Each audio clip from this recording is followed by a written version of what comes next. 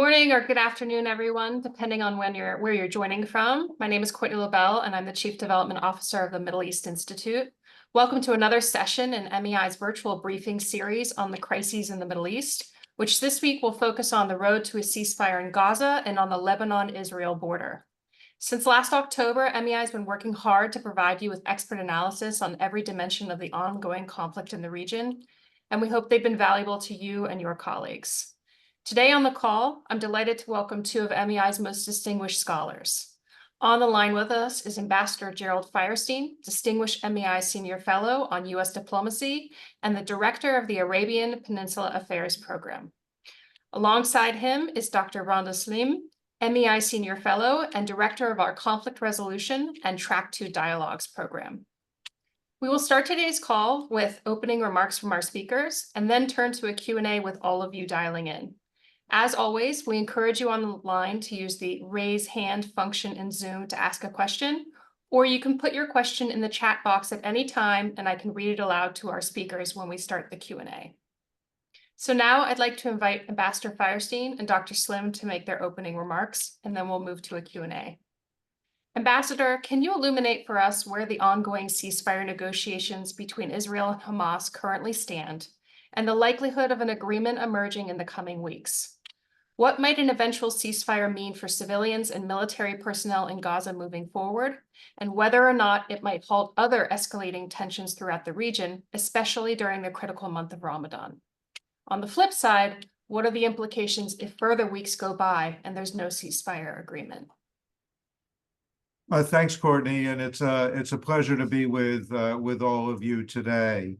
And what we're seeing, of course, as of this morning, is that despite the hopes of the Biden administration and the confidence that President Biden expressed last week that he thought we would have an agreement by now, in fact, we're not there yet. And why exactly we're not there yet is open to debate. We've heard from the Hamas side what their position is. We've heard from the Israelis as well. And so while the talks continue, the hope that the administration and the other mediators had that we would have an agreement in place before the start of Ramadan, which we anticipate is going to be this weekend, it does not look like that's going to happen. And so there are a number of implications for that. One, of course, is whether or not if we don't have an agreement in place by this weekend, will we be able to continue the negotiations? Will they keep going until we get to a deal? It may be in the first week of Ramadan or somewhere thereafter, or is that going to be a signal that we're going to cut off the talks and we're going to be in a situation where there could be a significant escalation of fighting, particularly around Rafah, and remembering that the Israelis had said that if there is not a deal on releasing additional hostages by the beginning of Ramadan, that they would launch their military operations against Rafah. And so this is one particular concern that certainly the Biden administration has. And again, we've seen in recent days the administration doubling down with the Israelis on saying that you cannot begin Rafah operations unless and until you have a plan in place to evacuate the million-plus Palestinians who are internally displaced and have taken shelter in the Rafah region, and making clear that whatever the Israelis have put on the table so far is not sufficient from our perspective to guarantee the safety and security of those hundreds of thousands of innocent Palestinian civilians. The other, of course, immediate implication is that, again, the administration has emphasized the requirement to what they call flood the zone with humanitarian relief. Again, making the point that primarily because of Israeli obstruction, there has not been nearly sufficient flow of humanitarian goods into Gaza over these past weeks. We've seen estimates from the UN that as many as 25% of Palestinians are facing the threat of famine because of the lack of food and medicine and other necessities of life that are reaching the Gaza Strip.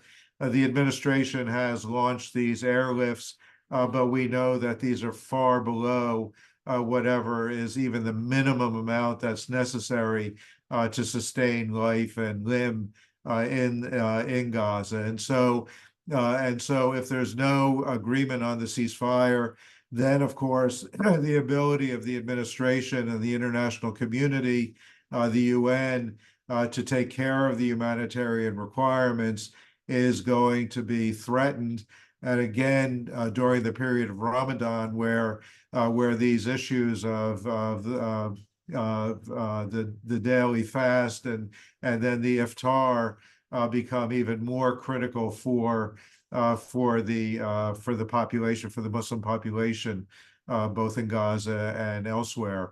So all of these things are left to hang while we wait to see whether the two sides are going to be able to come to some kind of an agreement. We know what the basic issues are: the release of hostages, the time frame for the ceasefire.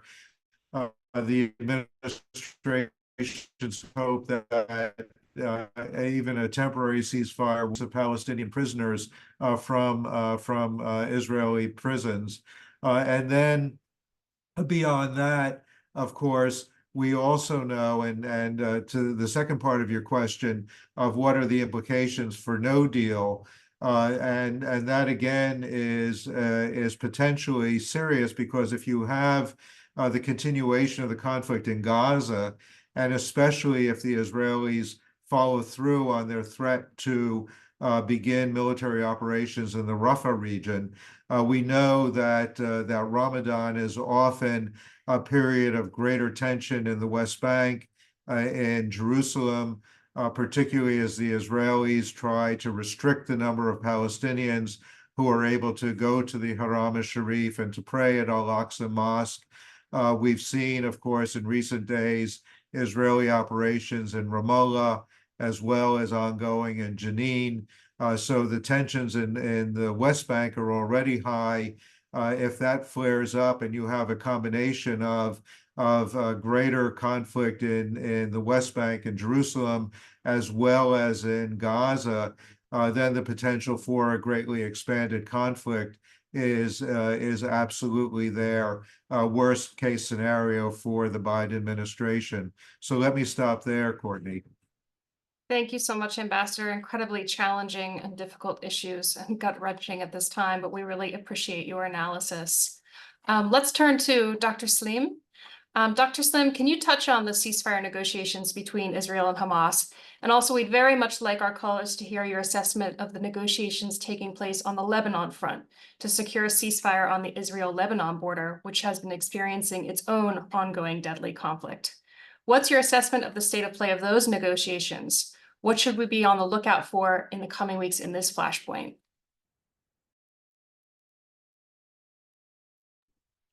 Thank you, Courtney, and good to be with you and Jerry and the audience today. Let me quickly add something to, I wholeheartedly agree with what Jerry said about the ceasefire negotiation. Let me add just one point in terms of the complexity of these negotiations. I mean, we have to understand these are negotiations that are involving multiple parties, and multiple issues are being negotiated at the same time. And so you have a number of agendas that are going to be reconciled by the mediators. And I have to say that especially the Qataris and the Egyptians are really doing a good job as best as they can, trying to get to a deal. But you have the two main contending parties, Israel and Hamas, that have their own domestic issues, that have their own internal divisions, and that complicates negotiations. On the Israeli side, you have an Israeli prime minister who, primarily is interested in his political survival, and every deal, every, scenario for a deal, he's going to look at it through his own, through that lens of political survival. And that does not necessarily mean good for Israel. I mean, Israeli interests are not necessarily best represented by the interest of Mr. Netanyahu. And so the question is there enough of a pushback inside the Israeli war cabinet against that agenda by Mr. Netanyahu? But also we are seeing a lot of pushback by the Israeli public, against that agenda, pushback for a deal, releasing of the hostages. But at the same time, all public opinion polls show that a great majority of Israelis still support the war. And so if the next phase were to go to, head toward Rafah, and the case will be made by Mr. Netanyahu that it has to be, liberated, or it has to be occupied by the Israelis. I think that will be a humongous complicating factor for the negotiation. I cannot see those negotiations proceeding if Rafah were to happen. On the other side, if you look at Hamas, they have their own internal issues to reckon with. You have the internal wing, the external wing. Internal wing meaning those that are still based inside Gaza, primarily led by Mr. Sinwar, and they are the ones who are calling the shots on the hostages. How many hostages do they have? How many can they be released? And they have their own physical, not only political, but also physical survival, to worry about. I mean, after all, the hostages is their trump card. And so they are going to try to use it as much as possible to guarantee their physical survival, but also to guarantee Hamas political survival. So you have that split between the internal and the external leadership of Hamas, but also you have the relationship between Hamas and other, fasa'il, other groups in the Palestinian armed resistance movement, Islamic Jihad, but also you have some hostages that are being held by people in Gaza, by clans, by groups. So in the midst of a war, especially, the war that is being waged right now, it's going to be very hard for Hamas to get, a total count, of hostages, if that's one of the asks of the Israelis, but also to guarantee the release of all the hostages. If again, that's going to be the ask by the Israelis. And so, and they are, I mean, at some point, the Qatari mediators said in some of public pressers, some of the Qatari officials said, it's hard for them, for the external leadership of Hamas to contact physically, to connect physically, by phone, by wherever, with the internal leadership of Hamas. So these are the logistical issues also they have to contend with, because every deal has to be checked by the internal and the external, and by the people who are in Beirut, the leadership that is in Beirut, the leadership that is in Doha, so that complicates issue. Let me stop here. And that is going to continue, but that's an issue that we need to pay attention to. On the Lebanon Israel front, I think we are really at an inflection point here. Based on what I heard from reports inside Lebanon of Mr. Hochstein's visit, is that the message was clear, that one, you have to de-link these two fronts, which Hezbollah does not want to do, meaning de-link the Gaza front from the Lebanon-Israel front. Nasrallah, Hezbollah Secretary General, has said many times that the war that he's waging, or the conflict, the escalation that he's waging, is primarily in support of Gaza, in support of Hamas. So he's not going to de-link it easily. But at the same time, and then the other message is that the timeline for negotiation is, or the deadline for this status quo of military escalation that is contained until now between the two sides, Hezbollah and Israel, is not going to last for a long time, and is not going to be able to be limited to this particular, front, that it's likely to, escalate beyond the border. And so that's what Hochstein has put on the table in the past. are ideas for implementation of UN Security Council Resolution 1701, which was passed after the 2006 war, which basically calls for physically removing heavy weapons of Hezbollah from the area between the Blue Line and the Litani River. The Blue Line being not the official border between Israel and Lebanon, because there is no official delineated border between Lebanon and Israel, but rather a line that was put together and by the UN after the withdrawal of the Israelis in 2000 from southern Lebanon. There are a lot of contested points, 13 of them along that line between Lebanon and Israel. Most of them are resolved. Few of them are very tough to resolve, but they can be resolved in a negotiation. So that is the proposal. However, I think it's going to be very hard to implement 1701 in full, not because Hezbollah does not want to, but also because Israel. I mean, 1701 in full means denying Israel sorties over Lebanese territories by air, by land, whatever, and that's something that Israel is going to be, asking for the future in terms of intelligence gathering and for intelligence gathering purposes. And so it's going to be hard to implement, but I think elements of 1701, including deployment of Lebanese armed forces to that border area, including some understanding on removal of some weapons of Hezbollah or physical sighting of weapons of Hezbollah from that area, and some kind of a potential launch of negotiations between Israel and Lebanon with the help of the US mediation on the land border, like it has been done in 2022 when they struck a maritime border deal. However, again, the window is shrinking, and if we follow the scenario that Jerry, mentioned in his opening remark, if we don't have a deal before Ramadan, if we have an escalation in Al-Aqsa, I don't see how that front can be contained anymore. But also, I cannot see how other escalation in other parts of the region, be it Iraq, Syria, more on the Houthi side, can be also contained. So it is really a major inflection point right now, especially in terms of the time that we still have left to before either a big war is launched by Israel, including maybe a ground incursion into Lebanon, or whether there will be a ceasefire in Gaza, and then a parallel track, and that's what Mr. Hochstein suggested, is that there will be a ceasefire in Gaza, and then a parallel track between the Lebanese and the Israelis can start. It's all, everything hinges around the ceasefire deal. So if it were not to happen, then all other scenarios are possible. Thank you so much, Dr. Slim.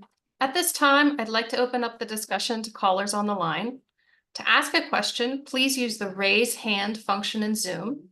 Keep your hand raised until I call on you and unmute yourself. Then kindly state your name and affiliation and direct your question to one or both of our MEI scholars on the call. Questions can also be submitted in writing via the Q&A chat box on Zoom, and I'd be happy to read them to our scholars. To kick things off, I'll start a question while people queue up. Ambassador Firestein, what are the implications of Israeli Minister Benny Gantz's recent visit to Washington, D.C., and his meetings with Secretary of State Blinken and Vice President Harris? Do we think those meetings will change Israeli calculations about the way forward? Thanks, Courtney. And what I would say is that even though the administration officially in their statements, and we saw what Tony Blinken said just yesterday, while he was meeting with the Qataris, continues to focus on Hamas and to say, well, Hamas is the one that's holding back on agreement. Nevertheless, I think that there's an understanding within the administration that the Israelis are an obstacle, and as Rhonda said in her remarks, particularly that Benjamin Netanyahu, for his own political interests and reasons is complicating the ability to get to an agreement with Hamas.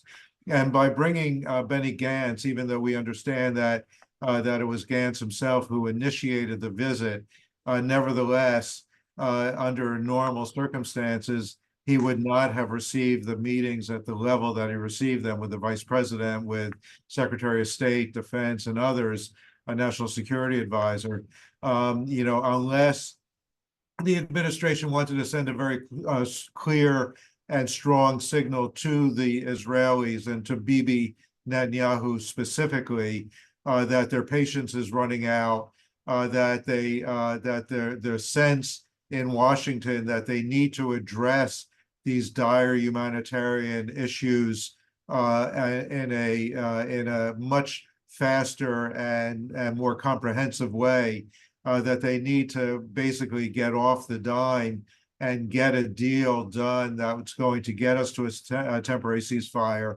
and avoid, at least hopefully, avoid many of these negative implications that we've talked about, that the administration is really very focused on it. And they see Benny Gantz, rightly or wrongly, as someone who, even though he's a hardliner, even though he has strong views that are not that dissimilar from Benjamin Netanyahu's, nevertheless is a more reasonable individual, is somebody that they can deal with. And of course, it has real implications for the future, not only of Israeli domestic politics and what's going to happen after the conflict, but also in terms of how the U.S. and Israel are going to go forward together. So a very significant visit, a clear signal, and we know that Benjamin Netanyahu got the message because of the way he reacted and responded to the visit. He understands that in many ways, what we saw over the last several days was the administration putting its thumb on the scales in favor of a change of government in Jerusalem and the arrival of new leadership that perhaps will be more open to some of the day after kinds of issues that are going to be critical as we go forward. Thank you, Ambassador. Again, to callers on the line, to ask a question, please use the raise hand function and I'll unmute you and you can ask your question to our speakers. Or you can put a question in the Q&A chat box and I'll be happy to read it aloud to our scholars. Dr. Slim, if there's no ceasefire in Gaza soon, can you talk about the regional implications in a little bit more detail that you touched on? Do you anticipate that there may be a lull in fighting across the region, or will we see an escalation in any of the other regional flashpoints during Ramadan that you haven't yet addressed? Thank you, Courtney. I think, look, Ramadan is a highly charged emotional time for Muslims, and especially now, especially after, as more and more pictures of people who are fasting and starving, and people who are being denied entry into Haram Sharif, Muslims who are being denied entry by Israeli forces. I think violence in the West Bank is not definitely something not to think of potentially in reaction to Israeli forces' behavior targeting Muslim worshippers who are trying to enter Haram Sharif. Pictures again of Gazans who are standing in line for food, as well as Gazans who are being killed while standing in line for food during Ramadan. Especially people that are fasting and trying to fast and trying to get food while they are fasting. These are highly emotional for Muslims, but particularly for the publics, the Arab publics, who are going to be shown this day in, day out, picture after picture. And so it's going to be very hard to rein in a way, flashpoints going forward in reaction to this. Even, let's say, it's going to be very hard, for example, even for Hezbollah leadership to rein in some of their people, from launching attacks. It's going to be very hard for Iraqi government to to come across as against attacks by Iraqi militias targeting American forces. Again, we have seen a lull in that targeting since Kataib Hezbollah killed 3 U.S. service persons in Jordan in the outpost Tower 22.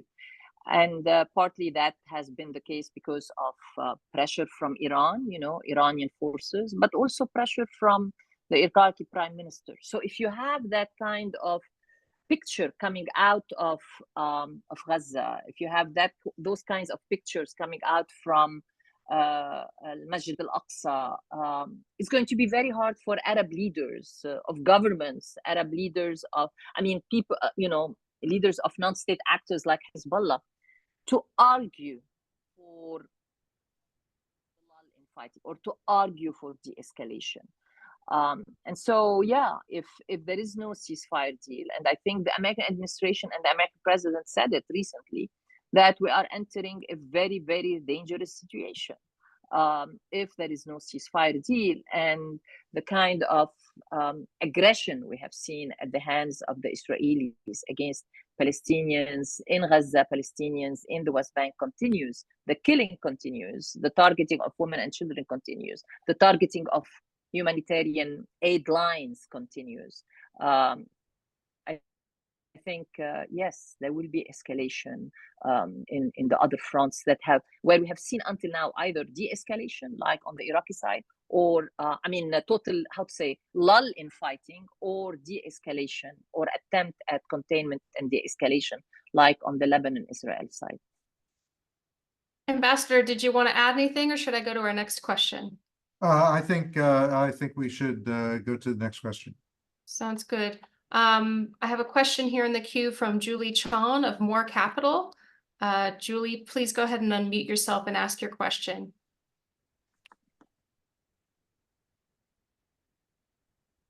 Oh, sorry, I think we're having an issue with the unmute function. I'll go ahead and ask your question for you. What do you expect will be the response of the USG, Iran, Houthis, and other key actors if Israel invades Lebanon and Rafah? Well, why don't I start? Excuse me.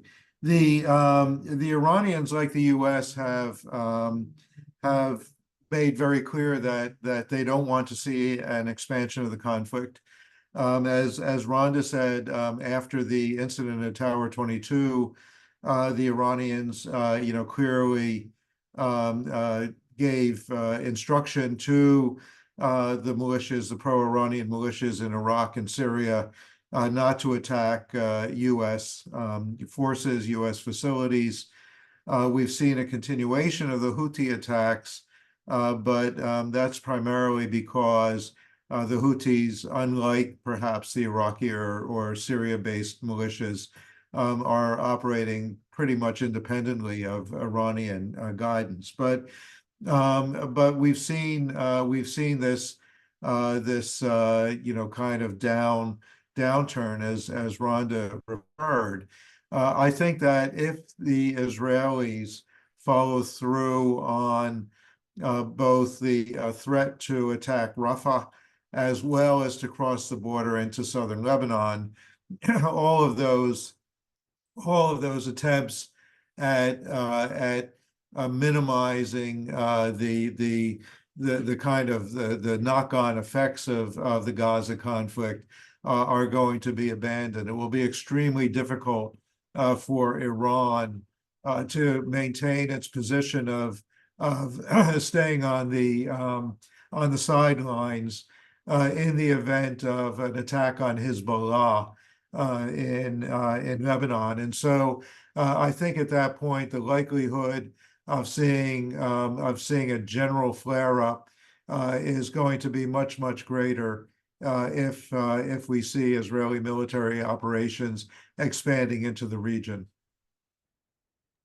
Dr. Slim, did you want to add anything on any of those actors and their possible reactions? Oh, you're muted, Dr. Slim. Okay, totally agree with Jerry about it's going to be very hard to get other actors that have in the past until recently been involved in this kind of escalation again, especially in Iraq, to stop or to maintain the lull that has been now in place for some weeks. And in Lebanon, then you are going to see definitely, a major escalation. I mean, the problem is that I don't know what Iran will do, in that situation. That's the actor that I'm most uncertain about. Definitely, they are not going to be. I don't think they want to be involved directly in this conflict. Maybe in the Red Sea, creating some issues there. But the Houthis are, doing a pretty good job on their behalf. But I don't know whether I mean, the one thing they can do is that, again, remove their veto, if we can put it this way, on actions by Iraqi militias and basically say, go for it. And that will create a major problem for the Iraqi prime minister, who is slated to come to DC, in April, and for the intra-Iraqi politics. And so in a way, they can push them to go, to attack, but at the same time, and that's where I think there is a difference between the Iran, how Iran looks at Iraq versus how Iran looks at Yemen. And Jerry mentioned that, how the relationship between Iran and the Houthis, Iran and the Iraqi militia. I think in terms of assets, Iraq is a much bigger asset for Iran than, for example, Yemen or the Houthis. So Yemen has always been an opportunistic front or an opportunistic player. I mean, Iran has always been an opportunistic player when it comes to the Houthis and to Yemen. But in terms of Iraq, I mean, it's that relationship is much deeper. The survival of the regime is much deeper. The avoidance of is more important for them. The avoidance of any kind of civil disturbances that will, create something akin to what happened in October 2019 and threaten that political order is more of a concern for them. And so, and Iraq itself is as a political space is contested by different actors, and so different actors have the opportunity to create, disturbances and unrest. I think less so, and Jerry is more of an expert on Yemen, less so in the case of Yemen and the Houthis. Whereas in Iraq, you have so many, again, Iraqi actors, but also Iraqi actors that have regional backing that can create the kind of disturbances that can be of concern to Iran going forward. And given, again, the high level of dissatisfaction of Iraqis with the kind of services and the corruption that successive Iraqi government since 2003 have presented to the public. So I think they will go, far with the Iraqi militias, but I don't know if there is a limit, if there is a ceiling whereby they cannot go beyond that, again, because of what kind of assets Iraq represent for the Iranian security doctrine and the Iranian security calculus. And I'm not an Iran expert, but I think this is an issue that I've been thinking about, Yes, if we are going to go to a much regional escalation, is there a ceiling to that? What's that ceiling? Especially as far as Iran is concerned, because we are mostly talking about Iranian partners, Iranian proxies that are involved in this, against Israel, along with Hamas. So that's the issue that I think we need also to think about, and I don't have an answer to it. We have a follow-up question here. If Iran can no longer contain its militias, and we see immediate escalation in the region. What can we expect the US government to do? Will they move more military assets into the region? Is there a risk that the US will be drawn further into violent conflict in the region? Do you think the risk goes up that Israel strikes directly, overtly into Iran? Ambassador Firestein, drawing on your 40+ year career in the State Department, I wonder if we could start with you for that tricky question. And Courtney, you're exactly right. It is an extremely tricky question, and I think it's one that everyone in the Biden administration is desperately hoping that they never have to confront, because again, it is a big question, and we know from the outset that one of the reasons that the administration was so anxious to contain this conflict in Gaza was because they did not want to have to answer that question of what is the United States going to do. I think that it's extremely difficult. I mean, if we want to take, for example, the Houthis. The Houthis are, operating probably at the extent of their capability right now in trying to interfere with, obstruct, prevent shipping in the Bab el-Mandeb and the Red Sea. Don't know that they have much capacity beyond what they're doing right now. The U.S. has tried all of its various tools, from diplomacy to sanctions and to military response, to try to deter or degrade the Houthis, but it's clear that none of those initiatives has really had much of an effect on the Houthis. They continue to operate pretty much at will. And so, what more could the Houthis do?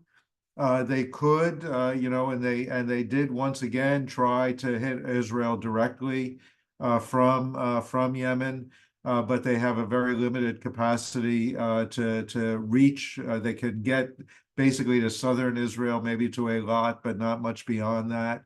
But could they do more of that? They could, of course, heat up the situation with Saudi Arabia and the UAE. That would definitely get everyone's attention. But at the same time, they don't want to do that because they want to maintain that political dialogue with the Saudis. They don't want to jeopardize the advances that they've made with Saudi Arabia by bringing the Saudis in. And the Saudis and the Emiratis, frankly, don't want to be drawn in. They've been pretty clear in saying that they wanted to stay out of this whole mess, keeping their heads down, hoping that it all goes away. And so there's a limitation on what the Houthis can do. And in terms of Lebanon, if the Israelis initiate a conflict with Hezbollah, will the administration feel compelled to come in support of Israel? The position of the Biden administration was previously that if Hezbollah attacked Israel, that the U.S. would support the Israelis. But if it's the other way around, if it's Israel attacking Lebanon, will the administration feel the same way? It's not at all clear. And of course, for Joe Biden in particular, a lot of it has to do with how this is going to all play out domestically. And I think it's pretty clear that the American people don't want to see U.S. direct military engagement in the region. They don't want to see the U.S. getting drawn into another conflict. They're not terribly sympathetic to what the Israelis are doing, and probably they'll be even less sympathetic if Israel is provoking a conflict with Hezbollah. And so domestically, this is a dangerous situation for the administration and for Joe Biden's reelection campaign, which increasingly, as we go forward, is going to be the primary consideration. So I think that the U.S. is going to consider very carefully what it can do. It's going to use all of its diplomatic tools. It's going to again message Iran to try to confine a conflict. It's probably going to increase pressure on Israel to be very careful about how it goes about issues in Lebanon as it is in Gaza, and hope that all of this can come to a very rapid conclusion. Dr. Slim, can we draw you in on this question and also to address the last part of her question about, do you think there's a risk going up that Israel will strike directly, overtly into Iran?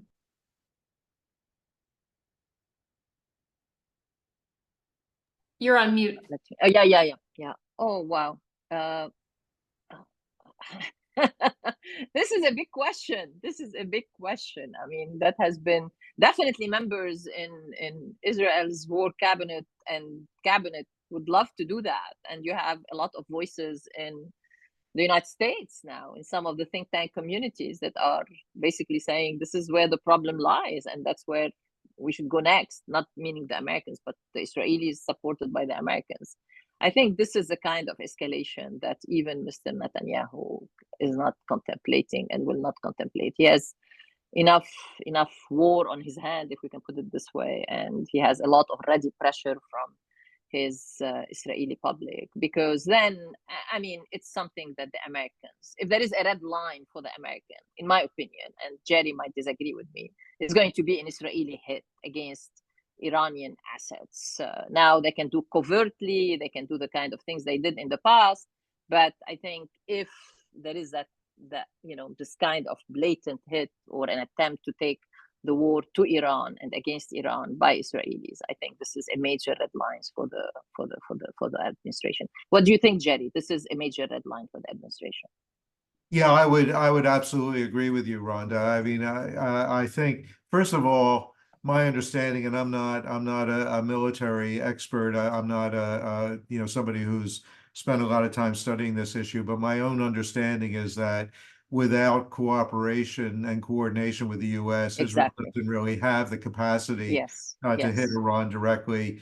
You would have to take into account what the consequences might be for Saudi Arabia, the UAE, our other GCC partners. And I think that, the administration would be absolutely against any kind of an escalation directly. And again, I think that the Iranians, even though they may give a green light, they may encourage their partners in the region, the proxies in the region, I still think that the Iranians are going to do everything they can to not get directly involved in this conflict. They will provide support, but they're not going to become an adversary themselves. And I think that as long as that's the case, the U.S. is not going to either contemplate or give a green light to Israel to contemplate a direct attack on Iran. And even if we look at the track record in the past of, for example, Israeli Hezbollah, wars in 2006, the Iranians provided support. Qasem Soleimani came to Lebanon, was part of a, war operation room, along with Hezbollah, and some involvement from the Syrians. But even that did not warrant an Iranian direct involvement in the war. And I think the only country where we have seen direct Iranian involvement is Syria, right? During the civil uprising, when they sent, IRGC people, when they sent these foreign legions, if we can put it, the Pakistani Shia, the Afghani Shia, to fight on the side of the Assad regime. That's, and partly because the way they look at the resistance axis, they see Syria and Damascus as being an anchor in this resistance axis.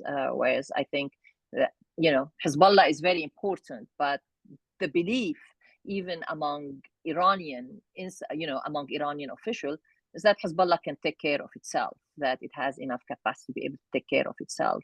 And the same thing with Hamas. Other fronts have been opened up, like the Lebanon-Israel front, to support Hamas. But again, still the belief is that Hamas will be able to survive and eventually, be able to, regroup and take care of itself. And so the only exception was Syria, where Iran, and it's not involvement against Israel. Remember, it's not involvement against the United States, because that's the calculation for the Iranian here. if there is a direct Iranian involvement, it's going to be an Iranian involvement against Israel, against the United States. And that's not something that Iran is ready to do at this point. We're coming up on time here, but I thought I might abuse my moderator's privilege to ask a question myself of both of you. Ambassador Firestone, you had mentioned that the Emiratis and the Saudis are trying to keep their head down and kind of stay out of it. But do you think at some point that's no longer going to be possible? You know, the Saudis have Vision 30. The Bahrain's Sovereign Wealth Fund just inked a deal with the Saudi Sovereign Wealth Fund this week. The UAE on the back of COP28 has big plans on global issues. Do you think at some point these regional dynamics, if they get worse in the ways you've both suggested, will suck oxygen out of those ambitious societal projects and they'll have to get involved? I think, Courtney, I think that and of course we know Secretary Blinken has visited Riyadh and Abu Dhabi several times. Bill Burns has been there. We have engaged, both the UAE and Saudi Arabia extensively on kind of day after issues. So I do think that once the conflict in Gaza comes to a conclusion, we will look to the Saudis and the Emiratis to play a role on the reconstruction of Gaza, the rehabilitation, the recovery of Gaza from what's happened, and hopefully also if there's going to be a political process that's going to look at the larger Israeli-Palestinian conflict. And try to find ways to move beyond that. We've heard very clearly from the Saudis that any kind of a normalization process with Israel would be contingent on there being an irreversible path towards an independent Palestinian state. That's been their position for over 20 years now. It's still their position. And so I think that in that context, we will see and we will want to see a much greater Saudi Emirati role in what comes next.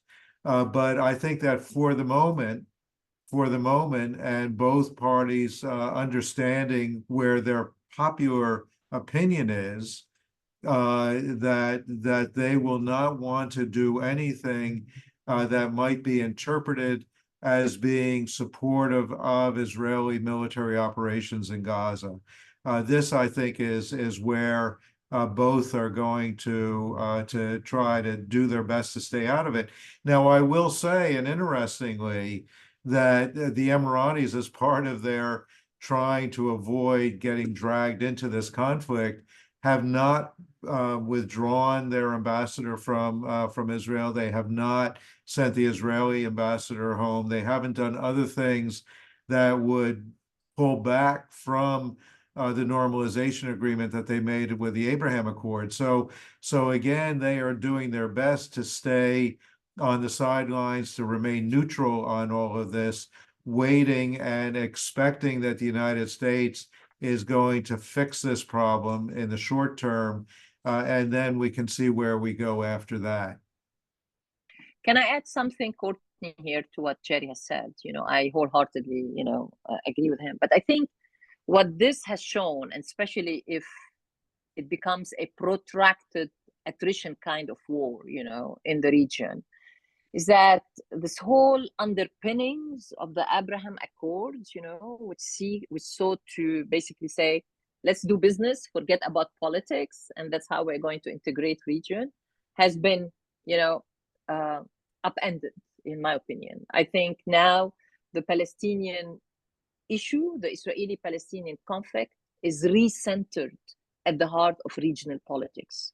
Publics, especially at the public level. And so the whole thinking behind Abraham, behind normalization going forward, has to be rethought, and that definitely there is not going to be integration in the region without a two-state solution.